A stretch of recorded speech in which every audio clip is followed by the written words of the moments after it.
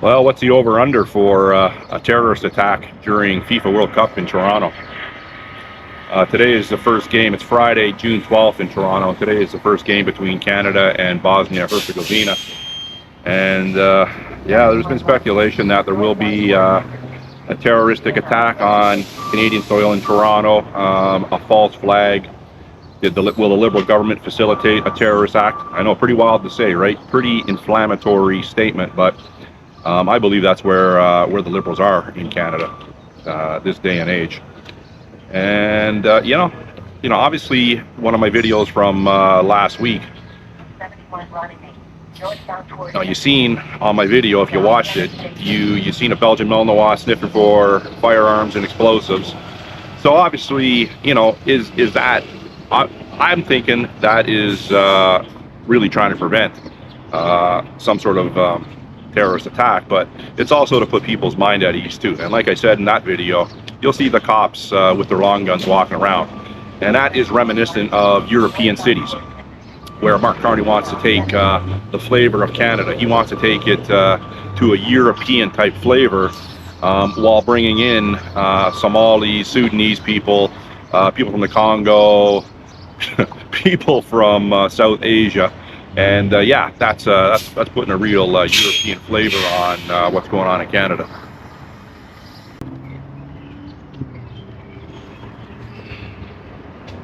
That's the flavor of what's going on in Canada.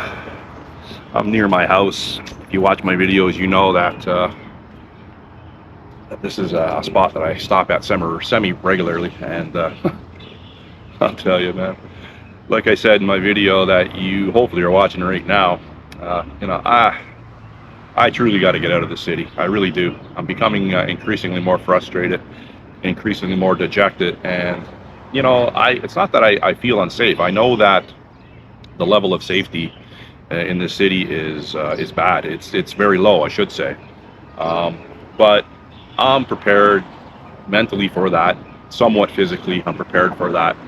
A lot of people just blindly mill about throughout the city, throughout their daily existence, and they don't realize that the danger that they are actually in.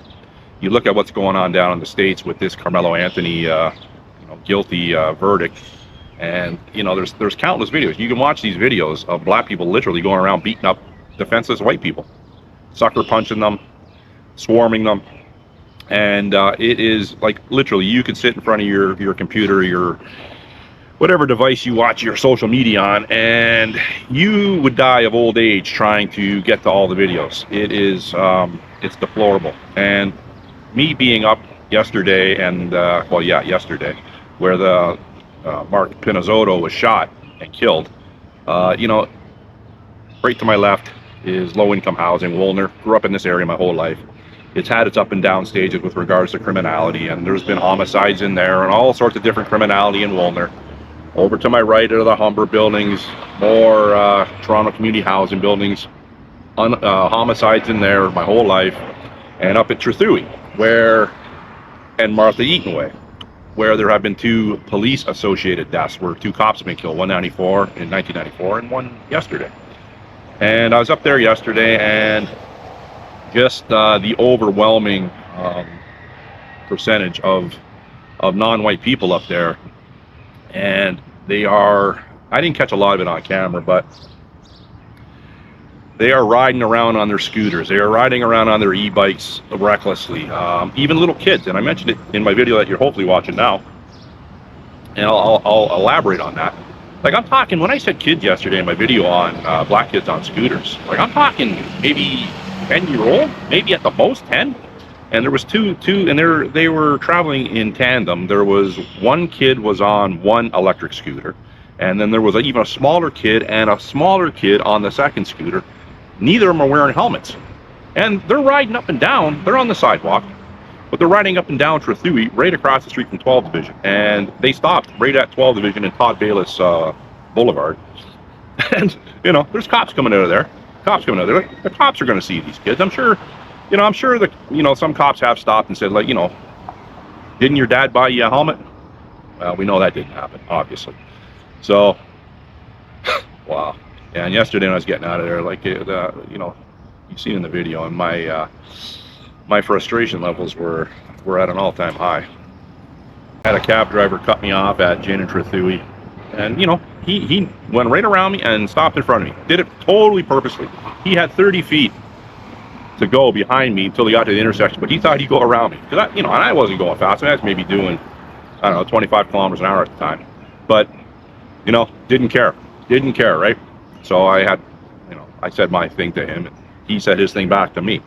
Now, if that individual, that cab driver, who was of African descent, I can tell. Well, how can you tell, dude? Because I can fucking tell. Same way you can tell. He would have got out of that cab if I wanted to put myself into a legal situation with the police. I would have dispatched him quick. And what I mean by dispatch him quick, and I don't want to sound like a tough guy, he would have been unconscious within about less than 3 seconds.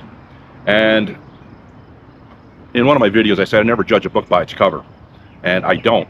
But there's just a mindset that I carry from a younger age, whereas I look at someone and I can picture what I'm going to do to this person before it even happens.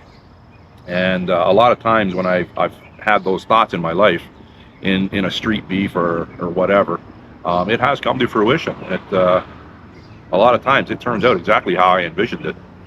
And these people, you know, they're driving around, riding around, walking around, and they don't understand the consequences of their words in a lot of cases. And you know, I'm an older guy now. I'm 56, and you know, I know my limitations. I'm not 26.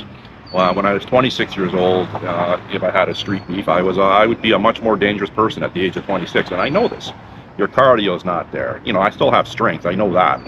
But you know, you don't move. Your kinetics, you don't move like you did when you were, you know, when I was 40 years younger, or sorry, 30 years younger. 40 years younger, 16. Yeah, it was a pretty good time too. But anyhow, listen, I'm not going around trying to pick fights with people. I'm not going around trying to intimidate people. I'm not going around trying to impress upon people my perceived physical prowess. It's just, you know, I'm being put in. The more you put yourself in the public situation, the more apt, or the greater percentage that you are going to encounter a verbal altercation, which could lead into a physical altercation. I've been lucky in my life. I haven't been attacked a whole lot. Like, people haven't gone out of their way to attack me. It's happened a couple times, more than a couple times. But you know, I've always been a larger guy, so that kind of keeps people at bay. But you know, with the mindset of the people today, and the prevalence, like the inflated numbers of people that haven't assimilated into this country, from other countries that the rule of law is very low or non-existent. So when they come to this country, they associate with like-minded people, and they associate with people of the same nationality, same religious background, things like that, and they don't assimilate as quick as they should, or a lot of them don't even want to assimilate. They look at the native people, and when I say native people, I don't mean the indigenous people. I mean people that look like me. They don't want to have anything to do with us, and they don't want to have anything to do with our laws and rules. And you know, the Liberal government is well aware of this, and they have created this. They have turned all the different nationalities of people that they brought into this country, and the indigenous people, against white people. And you know, some people, like I said, that stumble across my my YouTube channel, that are liberal, will say, well, that's racist, that's paranoid propaganda, that's tinfoil hat shit, you're a boomer, you don't know what you're talking about, we can hardly wait for you to not be on this planet, sort of thing. And I'm lucky I don't get a lot of those people, but I do get some, and I do get quite a few people that are monitoring my channel, and they are ringers, they are professionals. I get professionally paid liberal agitators, social justice warrior, liberal left-wing radicals that are monitoring my channel. And some of those people that are monitoring my channel, those left-wing radicals, are police, and I would imagine intelligence organizations as well. And they employ radical social justice warriors themselves, because they are the type of people that are like a pit bull on a T-bone. Once they lock onto something, they are going to see it through. And that's what the Liberals want. people don't fully understand and grasp the level of danger that this country is in from multiple different fronts. From a criminality front, from a financial front, from a food security front, from a crumbling infrastructure front. I'm telling you, people are blindly, like I said earlier, blindly just walking through life and hoping for the best. Not planning for the worst, but hoping for the best. But anyhow, it's another very upbeat video by Dewey. Oh man, I'm telling you, going to be a nice day in Toronto today. I'm going to try to keep my stress levels under control, and we'll take it from there. If you got any questions, comments, or concerns, put it in the comment section. I'll get back to you.